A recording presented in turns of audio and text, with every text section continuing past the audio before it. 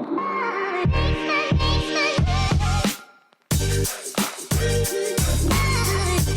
Jungle.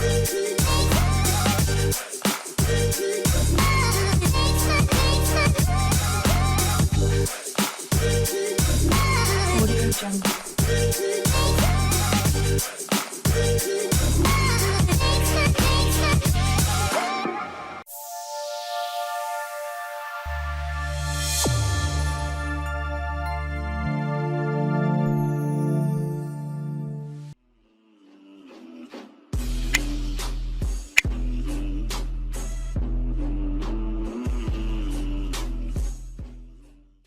A very good evening, ladies and gentlemen, members of the press.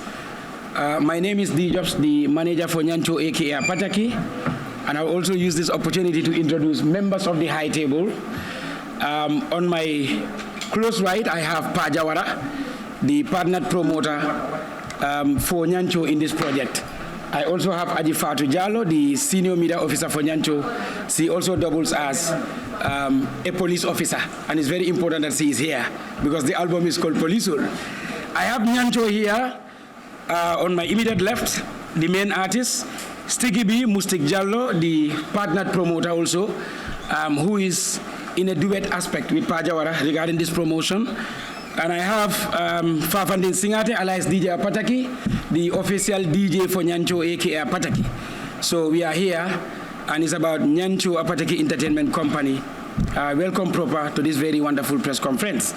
Of course, to my brother, DJ Keps, for a very proper setup, the organization, the communication that you made so that we can have such a level inside here. Mr. Ibrahim Ajara, who is the most talked about journalist in this country, and he has been very supportive as well. Thank you very much, brother. MS Promotion and all the young and beautiful journalists that are here, handsome men as well. Master Fo, thank you very much. I think you are the rapporteur in this session, right? Yeah, that's right. Basically, it's about the Polisol album launch event, which is scheduled for 19th of March. That's this Saturday. And I remember during our first press conference at Atlantic Hotel on the 8th of February, I did a very comprehensive deliberation after inviting all the press through a formal letter that I've prepared. I informed them about the concept. I informed them about the partnership and what the public expect from this project. We said Polisol based on few reasons. One, because of Nyancho's bad history. He was born in Fajara military camp. That's where he grew up. His father, his grandfather, his uncles, most of his brothers and sisters are all serving the state. They are all uniformed men and women. Secondly, we also said Polisol because of the incomparable roles of the police, the military, the immigration, the prisons, the police fraternity in general. We also say Polisol because of their incomparable responsibilities. They are the people that will be under the suns, under the rains, under the cold weathers for us to be in utmost peace. So it's definitely necessary. We said Polisol because they are the most important but the most marginalized. They go home with lower wages, and we feel with our incomparable Polisol caravan, we can be able to change so many things in this country. We said Polisol because we want to use the Apataki Charter, which is a subset of the Polisol, so that we can engage the state into meaningful discussions regarding the importance of public policing and the need for us to motivate the police. Now, how do we do this? How do we make sure that utmost respect is given to these people in terms of remuneration, in terms of proper accommodation, in terms of recommendations? The Polisol caravan also, still around the project, is aimed at touring the different headquarters within this country, the different security headquarters, from Combo to the hinterland, so that we can know some of the problems that our security men and women are often faced with. We will also be able to consolidate efforts with the police PRO so that we can better get to the public about issues that have raised mounting public concerns. We all understand that the mutual vibe that's supposed to be there between the citizens and the police is not there. We understand there is great misunderstanding when it comes to civilians and the police. How do we change this narrative? We also understand very well that it's because of commands law and order. That is why uniformed men have not been flexible, because in terms of their duties, they operate entirely on commands and regulations, and these are realities that we have to understand. But in real life, it doesn't mean they don't want to interact. It doesn't mean they are bad groups. They are not. So we believe that with Nyancho, so many things would change. Nyancho is also the first artist in this country, if not this sub-region, who has named such a project after Polisol. In fact, when we made our findings, we realized that most of the artists that existed in this world, you can name it, the likes of Tupac and all these renowned hip-hop stars, they've been so much after the state. They were not friends of the state.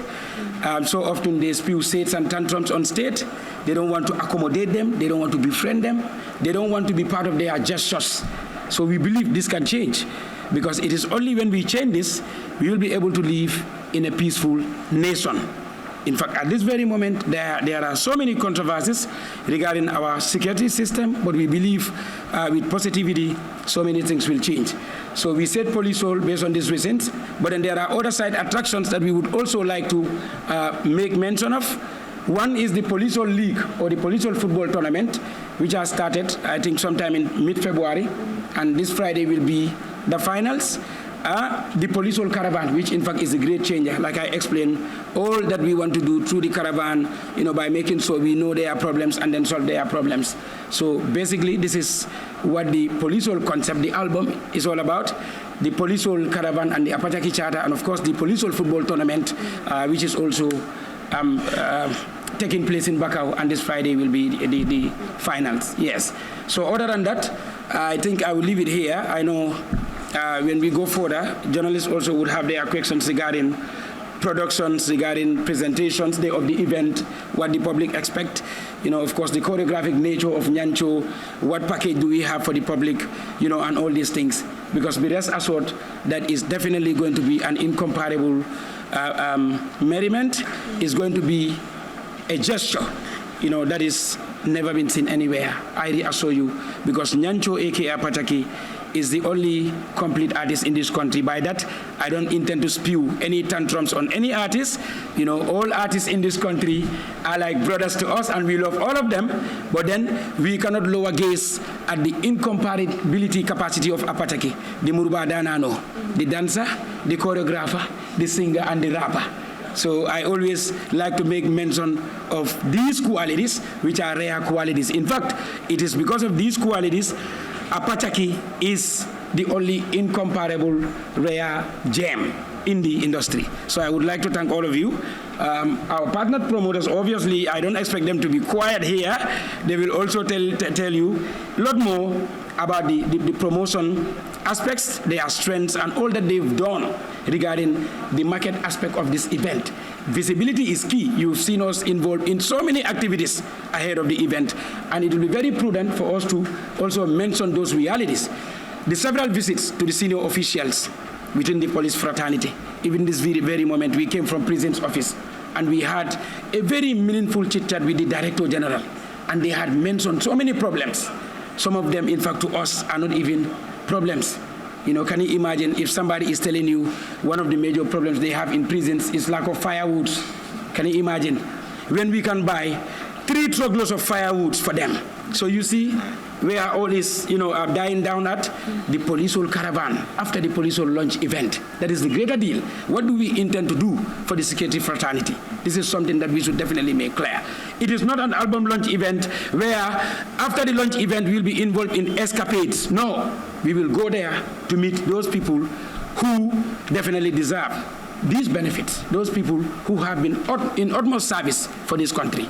So be rest assured, by 20th of March, inshallah Rabbi, we will go back to the media, and then we will have discussions regarding all that we've said here from the first press conference to this very second press conference. So I would like to thank my team, Mustik and Pajawara, of course, one more time for the proper setup. Thank you very much.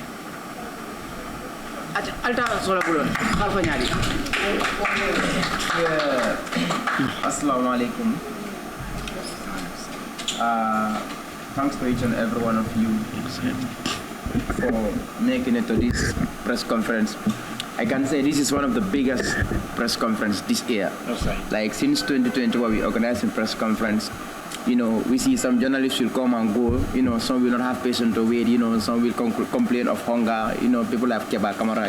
They will go early. But then, to tell you the truth, like I will say, I'm a best friend to all the journalists in the Gambia, all the media houses in the Gambia. Like that respect is there. And then, like I want that good relationship to continue between my team and then you guys. Like I always say, we cannot do anything in the absence of media. You people fight for us. We might fight individually, but when it comes to reality, you are always there for us. So kudos to all of you here. Like coming back to the Polisol album launching is going down this Saturday on the 19th of March. Tickets are out. Tickets are available. So you can link with. You can go on Facebook or Instagram. You follow the Nyancho Apachaki page. You can get your tickets through online too. They can reach out to you. They can even deliver a ticket for you, which is very, very easy. And then coming to the logistic of the show, like the Aramean, the day of the event, security-wise, everything is set up. Most of the people are concerned when an event is happening at the Independence Stadium, whether the security is well programmed. And then this time around, we are bringing different security setup. This is Polisol. The police officers will be there. The PIU officers will be there. You will see different security setups. And then I can say, we are not like we don't find it difficult to get these police officers to come and work for us. You understand? And then because of the name Polisol, it make it easy for the team to get the securities. So obviously, if you are coming to this show, along with any monyo Polisol letter ajede, nitom bandito letter musungo di salon ko jadi ike ko ni mesi bita Polisol fon le sunyala, anun Polisol ni an sunyala alo we minamin. Wait, something else. So security-wise, that one, I just want to clear that part. That is 100% fixed because we are dealing with the IG office directly. So omu kultimi yalon ko kulari ngolen, ko mi yalon ko momo ninkana sodula di jobs. Isalo nyama ko security la fanala, where is 100% fixed up. Ticket or advance ticket is $250 is, VIP $1,000 is, and then the gate is $400 is. So tickets are available in any place here within Senegambia, you can have it. So we are going to drop tickets at Heritage Restaurant. Every time we have a press conference, so always they give us this, they can facilitate more as well. So mama after ticket all of is in no jam. So me, I don't have much to say. I can say the promo is on high gear. Day before yesterday, we went to the Independence Stadium. We took a video, and the video is going viral. So I will appeal to all you media houses. Sometimes, we have a press conference. I hardly see some media houses write a story about only few. Some will come and cover and go. They don't even feature it. You understand? So Mbal appeal, if you cover any press conference, feature it, write a story up on it, send us the link. You understand? We can also send it to the fans. This is something that is very much important. We are just coming here talking to you guys, the beautiful cameras and, and the beautiful microphones, and we are gone, just the name of press. No, we want it to go. The information, we want to spread it. So, please, Allah make so you just put it. There are certain parts, I declare, anything doesn't work with your media, edit it and then put the necessary part there. You upload it. Because at the end of the day, we're looking for promotion. The reason why we do, I fight for it. Every artist cover logo. Before you show, I make sure that last week you do a press conference, and in this press conference, journalists can create a story for you, which can even bring fun for you. It happens in so many cases. So I'll try to more yes. Thank you very much. So Nyancho is here. I think Nyancho will come on board. Okay, Nyancho one part. Well, Caps, in fact, you should have been the one to chair this. No, so Caps in chair. Yeah, because this is Caps in chair. Yes, it's all right. Michael. Yes. But when Nyancho speaks, we are going to questions. Yeah, let Nyancho speak. Yes, because Pajawara is being represented by Mustafa. When Nyancho speaks, we are going to questions. That's right. Thank you. Yes. Ajifado there. Oh, let's go to Ajifado, then we end up by Nyancho. Ajifado, you have anything to say, please? Moro, naila nyim tenkol ses. Moro tijande.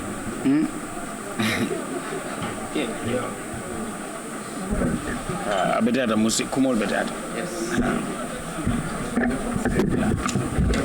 Yo.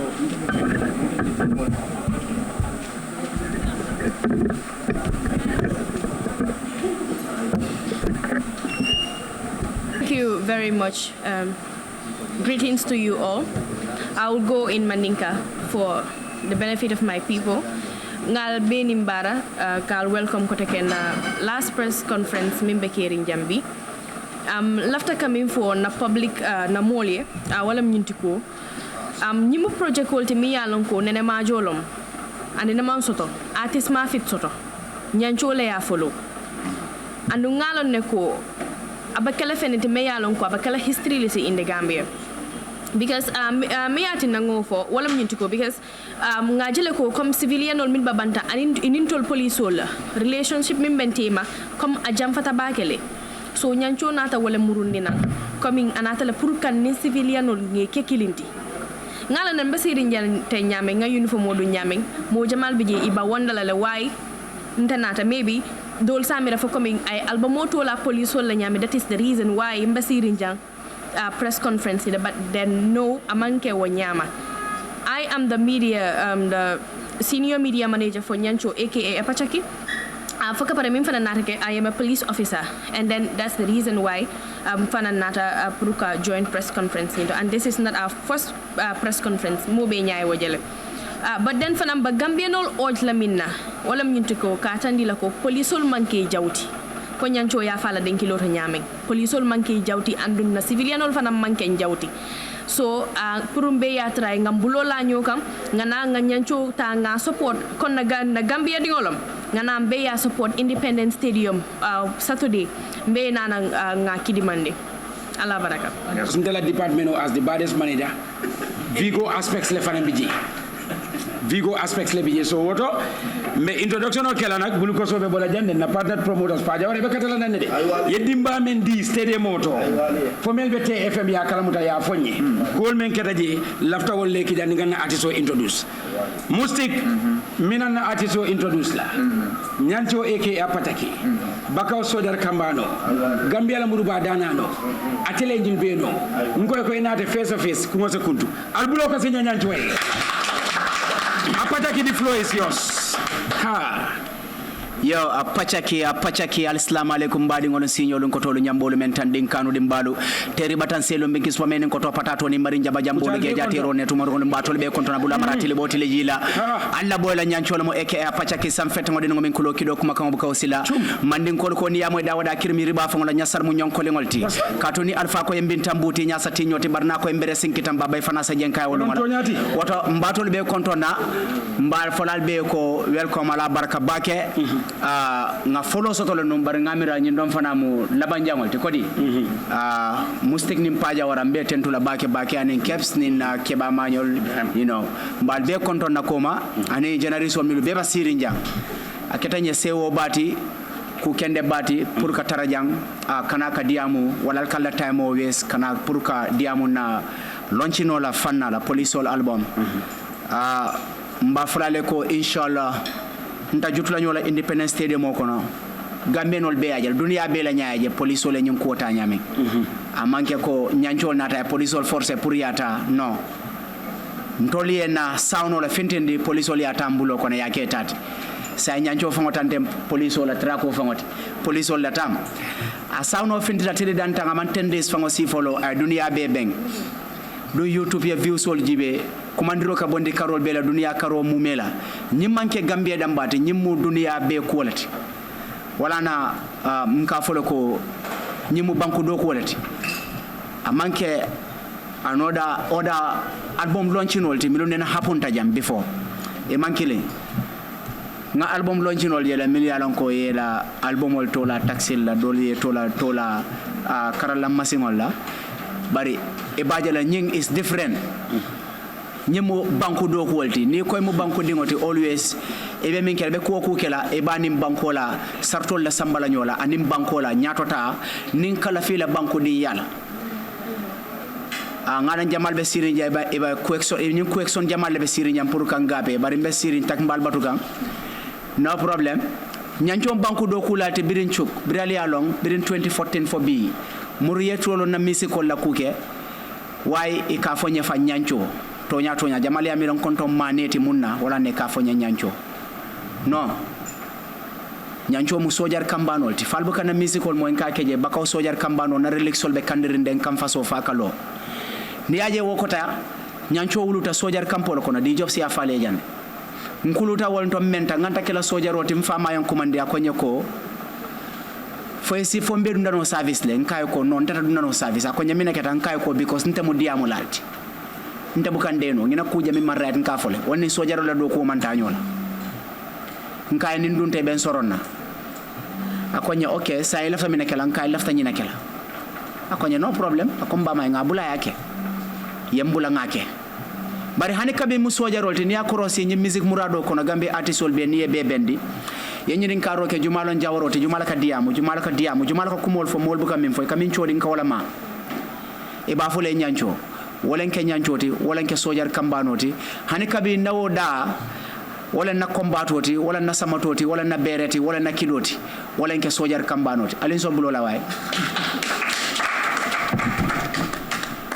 very good abola nyama fana ka bondi je ka tenteng lonchino la mimbe dending polisol album la Independence Stadium okono rekotol be kala minnene manke kuba kala minnene manke albe kuje la nene maminje albe kumul moy la nene mamim mo ale polisol la trakol le moy follow trak dol bi je miliyalan koy man finti follow Independence Stadium okono la mbol be jurala na fintita o ko la albe kumandira ko tanke bak mbinambe sila momo la platform to ba ko kacala ni entertainment o manta muluna entertainment dol milu be nena sotota Independence Stadium o kono aman killing like artist wena may ko muta artist killing pecha ig adi dole pecha ig no aman ke wati meta ko wajela birinde nani mbole je kan birinde nani ngata programme on ko wala je artist killing ka sela may ko muta ig adi dole nyaay si adi yewla je birinde yes wolon to nyati Nyindonga is different. Lafta Gambian music la performance nyala nyina chenya. Ka falling.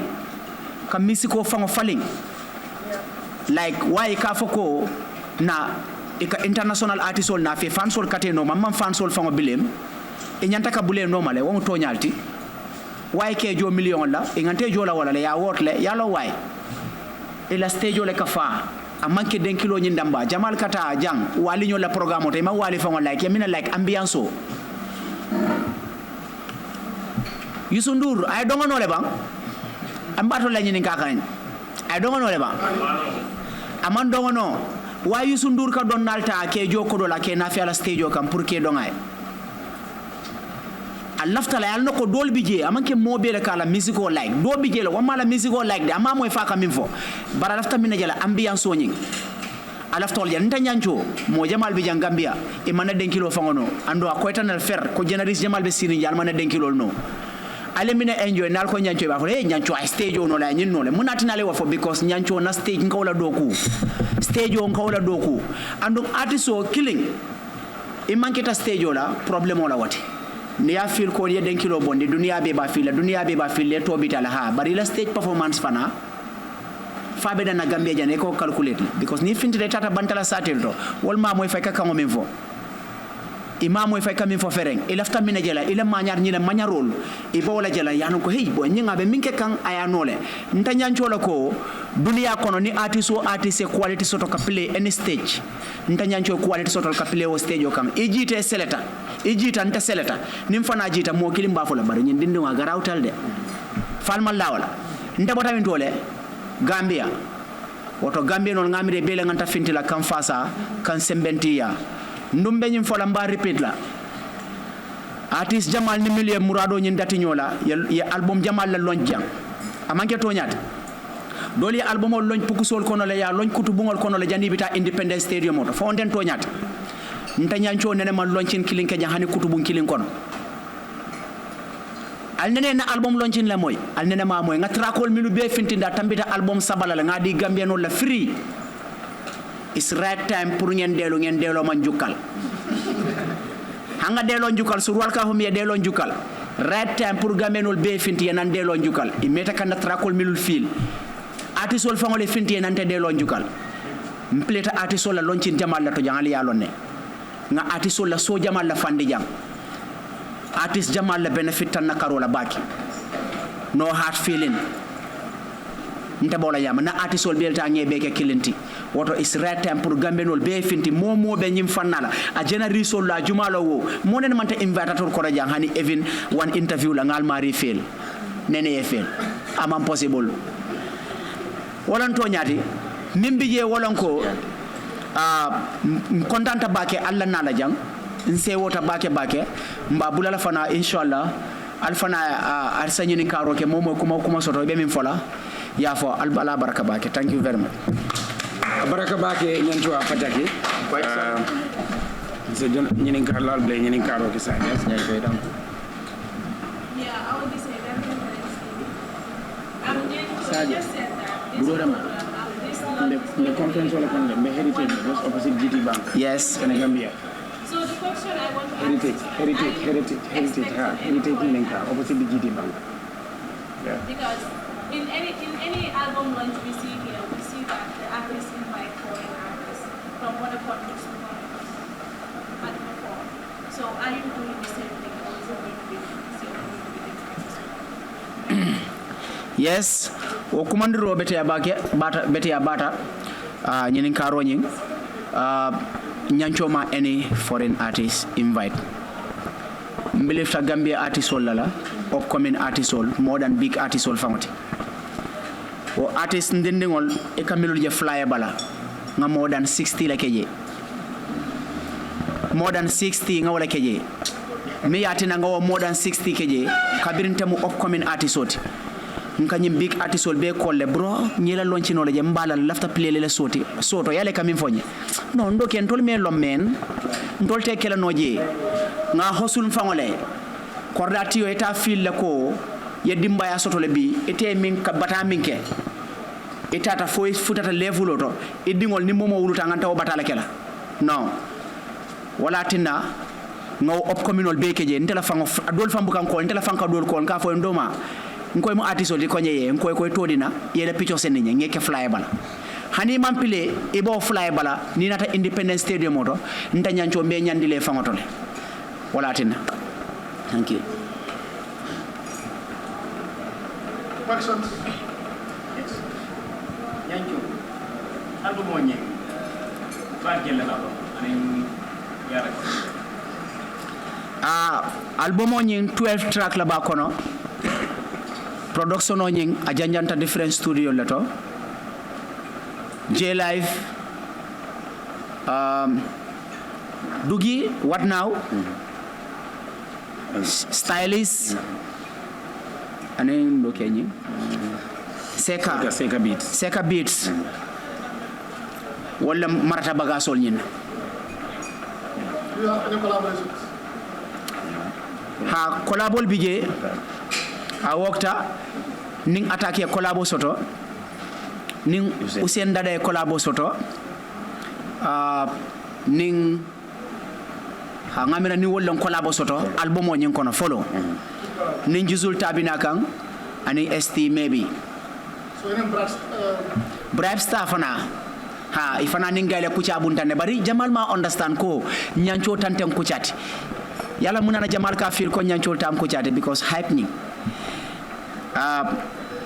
bribe star tam kuchat itole nate nyancho mit e ko laftere pour nyaay trako soto ngajo ko dindi wala mi ko katala ballom amanjari nge natch nge bula ye nanang ngana time o be wes ngana projet ko fango stop ni e kucha record ando biringi a record a fintita kete nyato tabati aketanta fango nyato tabati so walatna dorong artist Gambia kono jang kane bori moño artist la kolla ya kentelal ko man e kanyum big artist on milu beje dol tata fa say boytale den kilol fango bula ya kenna janne ya ku jamal la kenne ku kurumbal la kenna ku jaw bal akataran kono le wato wati bari ngina upcoming artist o jere nka bala fele nka fole he boy ñi nganta bala fala ñuliel because ngamin takki koma nkata programme dula fay kam break like e kan natch ndobi dafa ñow way bum fi isi flash ambi bum play ndobi dafa sof because lafta tarala jele andu motan taranda no je witatu tolmante mako e wo artist on mi lubije so right now birin data fon tarata je nak upcoming artist all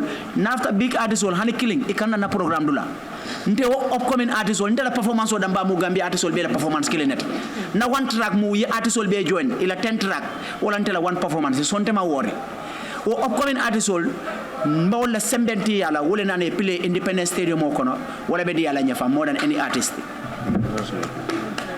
Yes, Mariam Sarah from Nyancho TV. No question of that Nyancho jama wa fukela den kilo ikala nyam ko Nyancho ko akali lyrics so sa pele ma fa tela no studio ko ayawa because what it all bikamu so fa jani mo ka understand ka tan ko mari den kilo lale with the round lyrics janati bari ala wadi atanye wala na di jobs ko Gambia la muruba danano ale en so fenna mi yalonko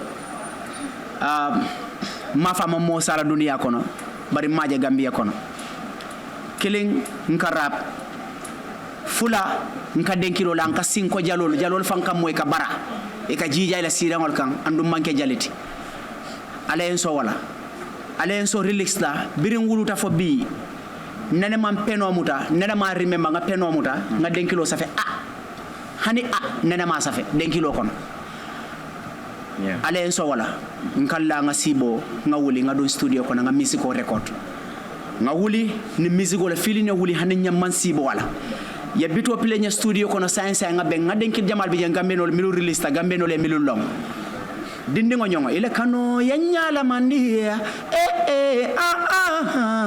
ile kano yanyala mandi ngina fo en nena ma train nata studio lo kono bito plenya in fact broke la tam bitoti mbesiri nje studio kono nata nan Cyboy ko nyeko ngab nyimbito play deda broke ko Cyboy ko abla appelé bam fo Nyancho be freestyle no akane mbe malurim because mu up community mbe nkunga nganya kamba fuka mburo no alkana denki landi ko nya ji broke badi bunka bay babu e ko nya no sumara ka wayal nguga no bro duma way na manager nata ko nya wayal trial nga way because mu dindingol ti man ko rek soto ma fit ñun soto nunje bake bari badi bunka birata lo mbala ko nya denki lo la ndo mala birina denki lo la am freestyle ta dorong way ya music of fay ko nya ko boy itamu big artist wota man music kilim fam bondi follow no denki lo finde ni matren nga record wolto freestyle a hita dunia be worldwide manke gambiati ni Nyancho moy ba fole ko itata dawada bisaw dawada tubabu du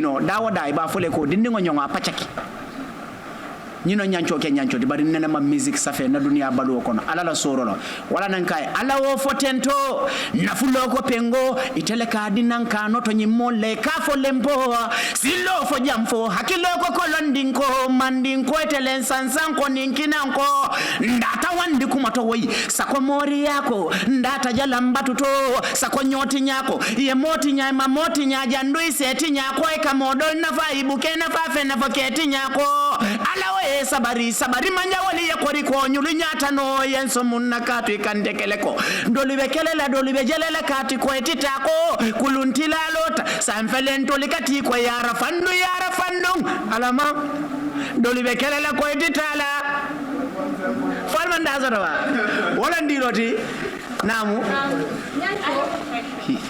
is directed yeah.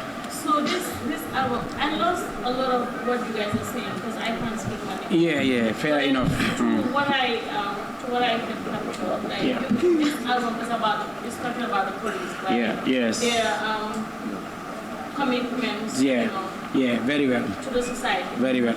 But we've seen in recent times, we've seen videos online where we've seen PIU officers being very abusive, towards some Gambians. Yeah. And I wanted to know, like, how is this album launch going to impact, the way people think about the police? Because to be very honest, people are very concerned. Yeah. So that's right. I really want to know. Yeah. Very well. It's a very good question. I mean, the environment where the police and the civilians live is very blurry. I will tell you the hard fact. In fact, that is why I established the Polisol Caravan and Apataki Charter. I said it here. I don't know whether you got it when I mentioned those, two mechanisms that we are going to use to engage the public and then the police. One thing that we understand is these are strong philosophies, ideologies, and it will be very, very hard for you to change, these ideologies, especially the public perception. To be honest, we are so much informed about all these things that are happening of recent, is rather unfortunate, but I feel dialogue is the utmost deal, to be honest. We cannot use force on the security. The only thing that we can do is to try to engage them, so that certain things can change. That is why I said it's not only about us going to the Independence Stadium and after the 19th of March and then that's it. We want to engage, the public through the office of the PRO so that we can talk about all these burning issues, because all these things that journalists would raise, the police brutality, the misunderstandings, these are problems that have raised mounting public concerns, and over the years, it's not only today, we've been talking about police brutality, it's not only the Gambia, you look at certain parts of Africa, Europe and America, these are things that happen. It's very unfortunate, but I believe with a Pajaki Charter and the Polisol Caravan, we'll be able to change so many things in this country. Yeah. Have only one question. Yeah. That's right. Nyancho, my question will be later there. We have for you invited 60 acts, we have to perform. And not a color, I am in tactics that put in place, put time to 60 artists also perform. What night, because in Kajala Police, we need a program. Not around the performance. No, we are working as a 11 it's because we can hold them to see I don't performance over that. And they have for 60 artists or more when you're not maybe between 4 hours. Sometimes it's impossible. They can't do artists don't have to complain like a backstage. Artists who for men artists who really have to their performance will stop. What they can do is come to the back of the G-stage and maybe the track in the performer, what a little artist will see out there. So I don't even know put in place, put cardiac or other kind of performance. Walon toñati ngamira wo questiono milu marta wo do ko nyina mba fayla wala kan wala mustik nyoldi wala marta wo fannala. Okay, come info about the artist timing. Nyancho 60 artists mentioned that it's practically impossible all those artists to perform. Number one, what better perform la? Impossible. I'm not even sure we're gonna have even 20 of those people or 50% of those people gonna perform. I believe means sort of when it comes to show business. Okay, artists don't invite nanne. They invite you to come and pass through because at least you are a fan of Nyancho. Some of your fans will attend Nyancho's event. You understand? So some artists come in, they want to take more time on stage, which I personally dislike. Because it's not your show. You invite them to come and pass through 1 or 2 tracks. I mean for a walker, most of these artists want to come and drop their whole album on the stage. Come on, this guy deserves time. And now, Nika Pami told him there's a specific time. Manana time below time, 4 a.m. And we cannot be on the shows. Fans will be a Prunyanjole. So neither go, you will come and perform 20 minutes or you perform 4 tracks, 5 tracks. Artist of time binala, he will come very late. You understand? So all that set men or create. Upcoming artists are well can force. We give them a pass through by 1 track. But that 1 track, it's a big impact on them because that's an album launching. It's somebody's album launching. It's not my concert. It's not a promoter's concert whereby we contract you that you should perform this amount of track. This guy is inviting you. You come in to perform for him free of charge. So now you go 1 track as an upcoming artist. Perform the 1 track and leave the stage. But we have this misunderstanding. So ni upcoming artists are set men we call me the main artist because I don't like mixing performance. The moment we start the main artist list, we are not going back to any upcoming artist because levels, we give them the due respect. You understand? For example, okay, if we bring Nyancho on a show, Nyancho is not an upcoming artist. You understand? So if an upcoming artist perform, so Nyancho and an upcoming artist don't like, I'm trying to disrespect him. You know, I will bring him at a time whereby, okay, men artists will naman jamfa, so he can hype up the crowd, at least so many people are at the ground. But then artists don't get this. But many upcoming artists don't want to be called upcoming artists in Gambia. You accept you are an upcoming artist. But you cannot come to Nyancho's, hey, Nyancho Muntela Moldi, Nyancho, I have right to perform. On this stage, I have no friend, I don't know Nyancho. I have this problem with so many artists, and I want the artists to understand. I want the launching to work according to the rules. And artist dolphin and this main artist I'm talking to here now. Ila time sile put perform. Okay, now it's 1 a.m. Now let's start the main artist list. Boy artist bal kataraja ista. No boy do you neka di perform fake ne nyum pare ne pour start main list bi. Ya bugulo perform. Ninde ita jump you never come back. Artist jam live there in the country here. Kuya mutam fe wala. And you are not on a particular list. I working on my list. Nbe list to nyina work ni man taraja hani along. I should not bring you nde fe bonola. Hani along. So these are the principles. If you are not on the list, I can only bring you if Addison Mimbe list togan ibe perform that and there's a space nearby. Or if Nyancho is performing, you are a friend I blank on the performance. So that is it. 2 more questions. We go. We have 2 more questions. Just I should have mentioned her. She is from the TikTok world. Yeah, because it's also a greater platform where she comes from now. Yeah. Okay, it's Amifa from DMTV and Damn TikTok. Okay, then you come question more of the like there are people outside. And they can do what they are. Then you are going to kill people. Get house London and come new them start. Explain to so the face. What do you have for those negative vibes? lu ñu wax loolu dégg la maa ngi on the Jollof Art ñëpp xam nañ 2 years contract waaye contract yi bu mu jeexee ba léegi bu ma dooree ak di Jobs Bades manager ñëpp gis nañ liggéey buñ def buñ ñëwee nga mira waati dantan dorong nga Gambia music o be dundi ñokon nga fansol be concentrate di kotanke foog naa man lek maa nekk artiste boo xam ne dem nga besa be buga dee nga ñëwaati back wow, because Gambia fee so dehe rek you are gone. Pour nga hit is difficult.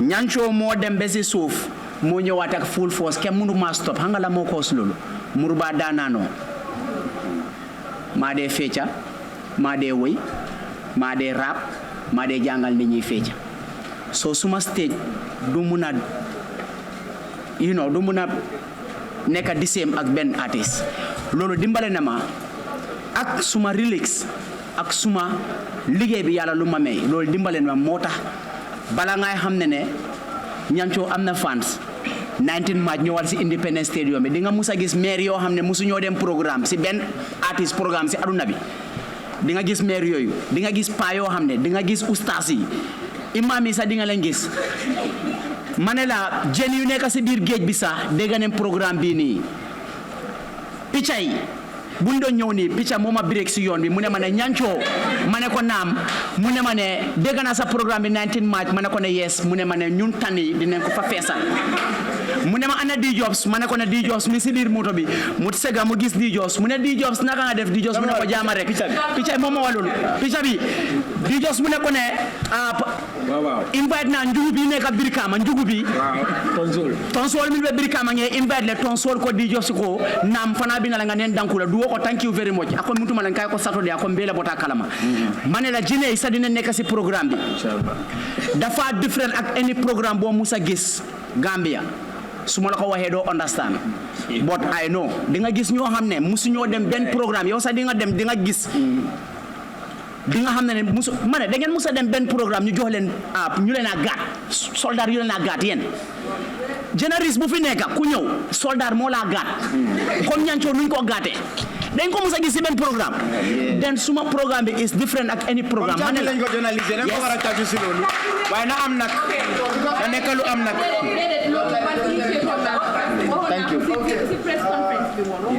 okay I just want to buttress on sorry allow me am na lu wax okay many dafa wax leneen like Nyancho dafa yaga nopi people are saying all of a sudden we get them Independence Stadium what we are expecting that dafa okay you see Independence Stadium is big like you can have 5,000 people yeah the family you have 1,000 people you will never know understand so crowd is important but also what you promise the people to deliver is one of the most important that's the key to you as an artist you understand man believe nale if you hold like yangi quiet for 2 years you come that is a way that you can pay for your event because of your like right now the Polisol song is Maven Wave is the hitter song right now go to all media house all radio stations are playing it and that song is the product right now what we are using to sell this event you understand so we are expecting a crowd. Gambia reclam. So you can see the people plan an event there, so all of a sudden they withdraw. Or sometimes artists face these challenges.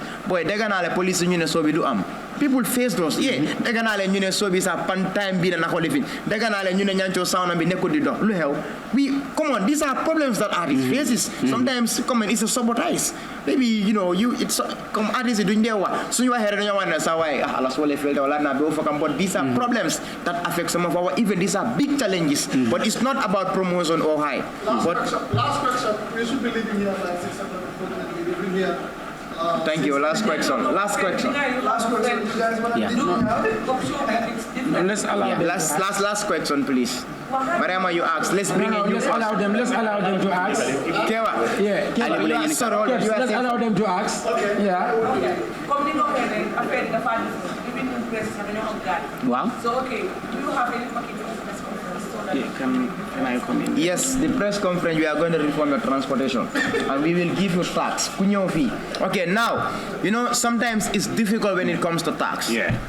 Okay, like we're a media house, you have over 5 people or 4 people. We cannot give tax, that amount of tax to people. It's too much. You understand? At the end of the day, it's a sabotage to the event. If you are under 360,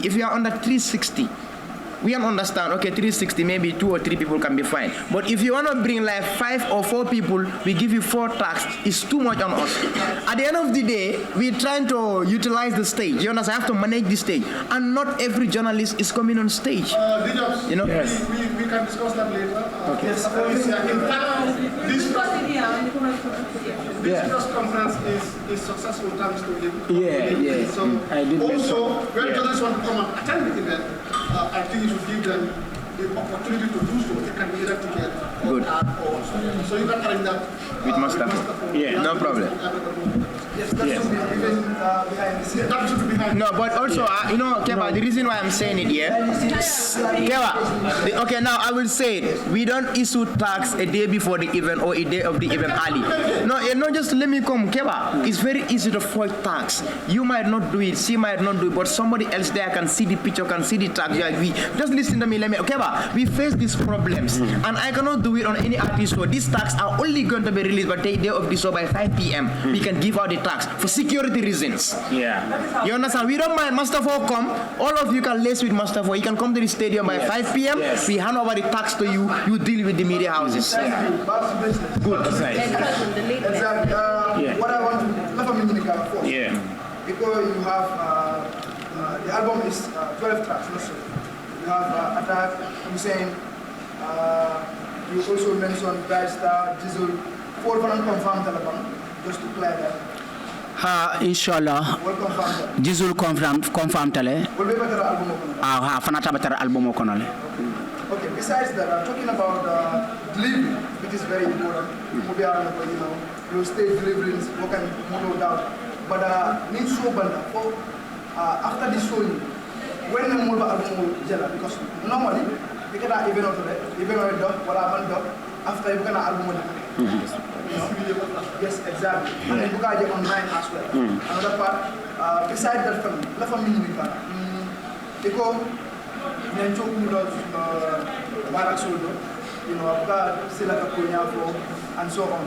I want to test this, and I want you to be honest with me. Personally, I'm just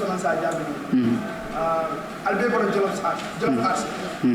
Not at the same time, but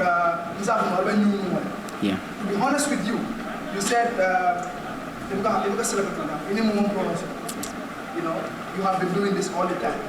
But today I believe even though you don't need Jollof Arts, you guys have a very good relationship. But there must be a reason why you left Jollof Arts. Even though you guys have a very good relationship, but there must be a reason. I don't know probably with Jollof Arts, but I'll be doing all the Jollof Arts. What was the problem? Nyancho and Dijos. That's right. Very, very important. I like this part. The thing is, I'll be very honest to you. We went out of Jollof Arts after the 2 years contract that we had with Sol. My contract ended in July, I think somewhere around 22nd of July, 2020. Nyancho's contract ended around March. You understand? So it was in August that we got connected. That was when he called me to say, okay, I want us to meet up. And then, we established contact. Yeah, basically there is no problem, there is no iota of problem. I want to emphasize between us and so, utmost respect to him. But I want to tell you one thing. Jollof Arts record label, I was not the CEO. I am not the owner of the record label. There is a difference between a landlord and a tenant. The situation was, okay, we were renting in somebody else's compound. You can put forward your ideas. You can even be hired to be the expert that will be given whatever advice, but then it's left to the CEO to take or not. And one thing also that served as a major challenge was the fact that Nyancho was not the only artist in Jollof Arts. There were more than 10 artists that I was managing. And then in terms of resources also, because one thing that is natural is if you want to push 10 artists simultaneously, there will be those issues of grudges, the infeeling, within the system itself.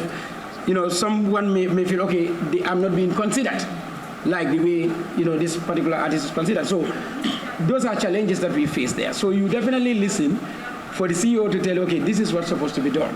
But basically, the other thing also is, Mustafa, me, I always feel myself and I always deliver the way I want to deliver as a private artist, manager, than a hired manager. Because at your own private level, nobody would rule out your ideas in most cases. They will listen and you will make sure resources are available. But then working with somebody, sometimes you can give ideas and they will take it, but then when there are no resources also, there will be a problem for them to take your ideas. So I know very well this is critical because you've seen the leverages, Nyancho out of Jollof Arts, and then Nyancho in Jollof Arts. So somebody will say, both of you were unhappy tenants. Well, not actually. We were very happy there. I got utmost respect for Saul, and we went to so many places. The experiences that I've gathered, the opportunities, in terms of deliveries, because I learned a lot in Jollof Arts, and then I was also, able to know so many things, within the system, the legalities in terms of contracts, and so many other negotiation,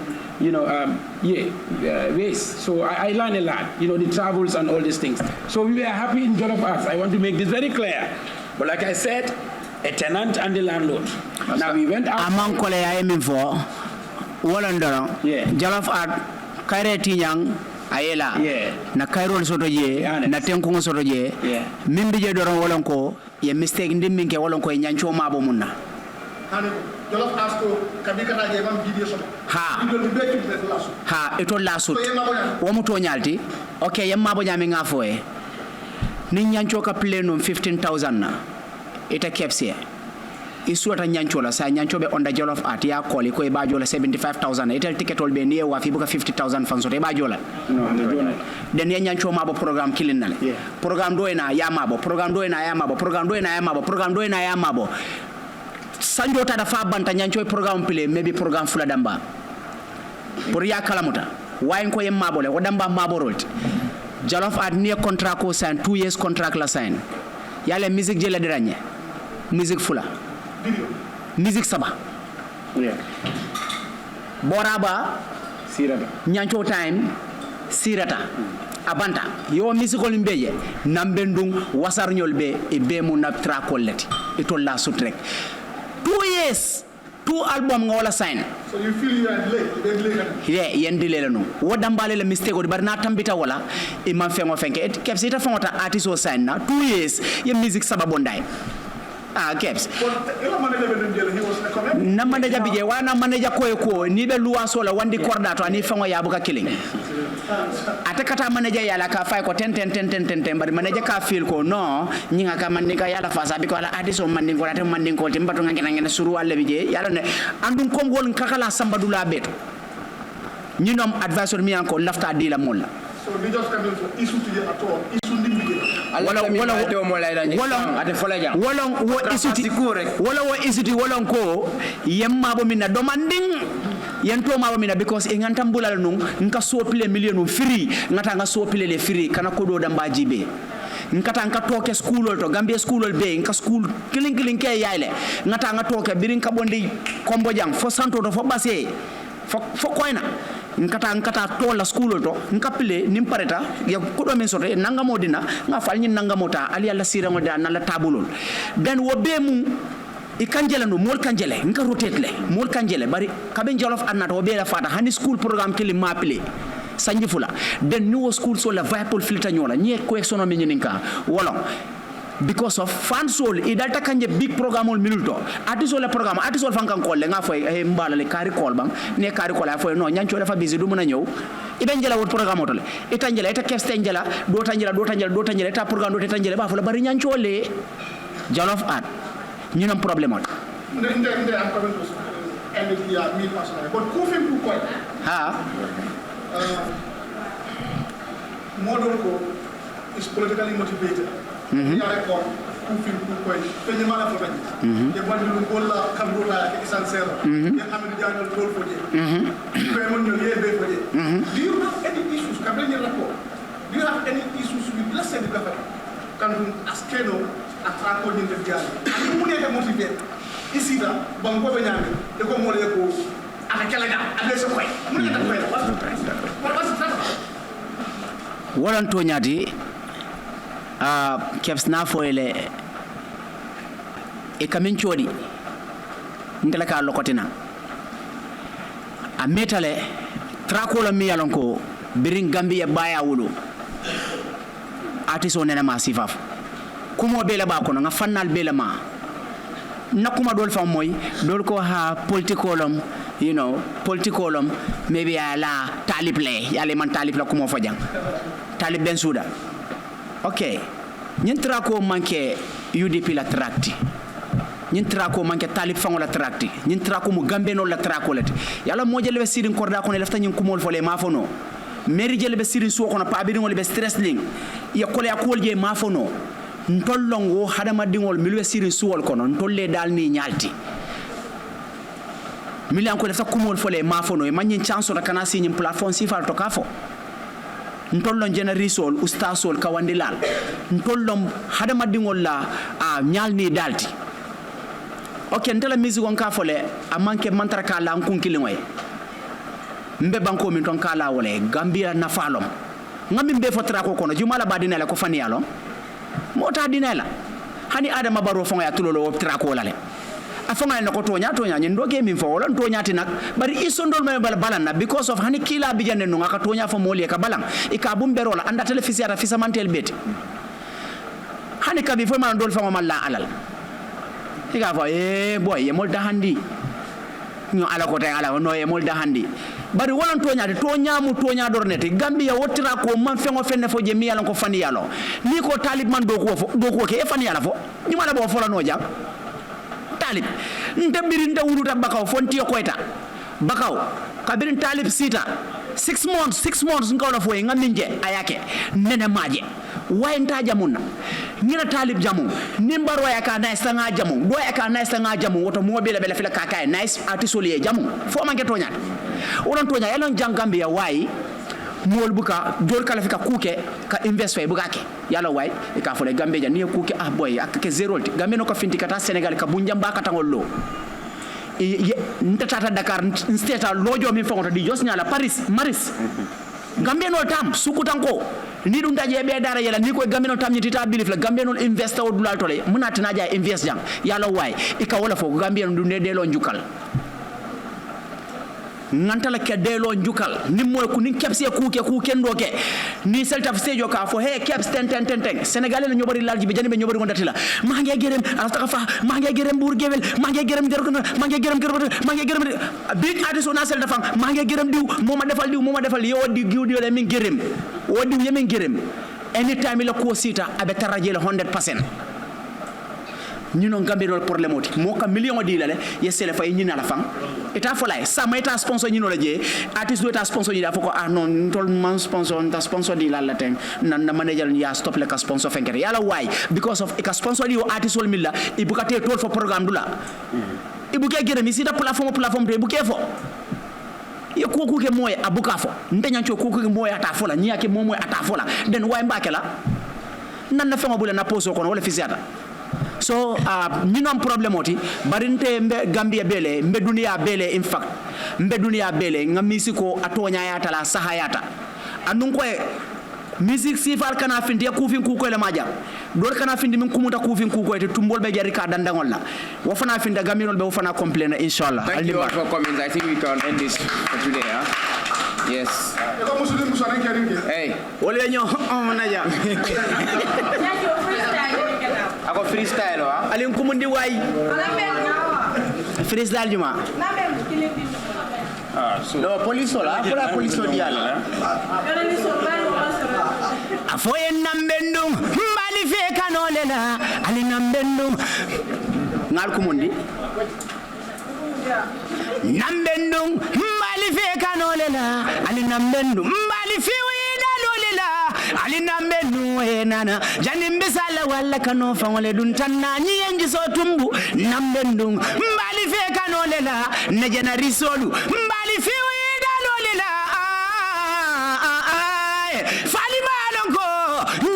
funo no laidini fali malonko ikani yoda funo no laidini munadi dinna ona katwalda malenkideo janari soluo nyanjoda funo la dindindindi 19 March Independence Stadium kono dinding ata easy la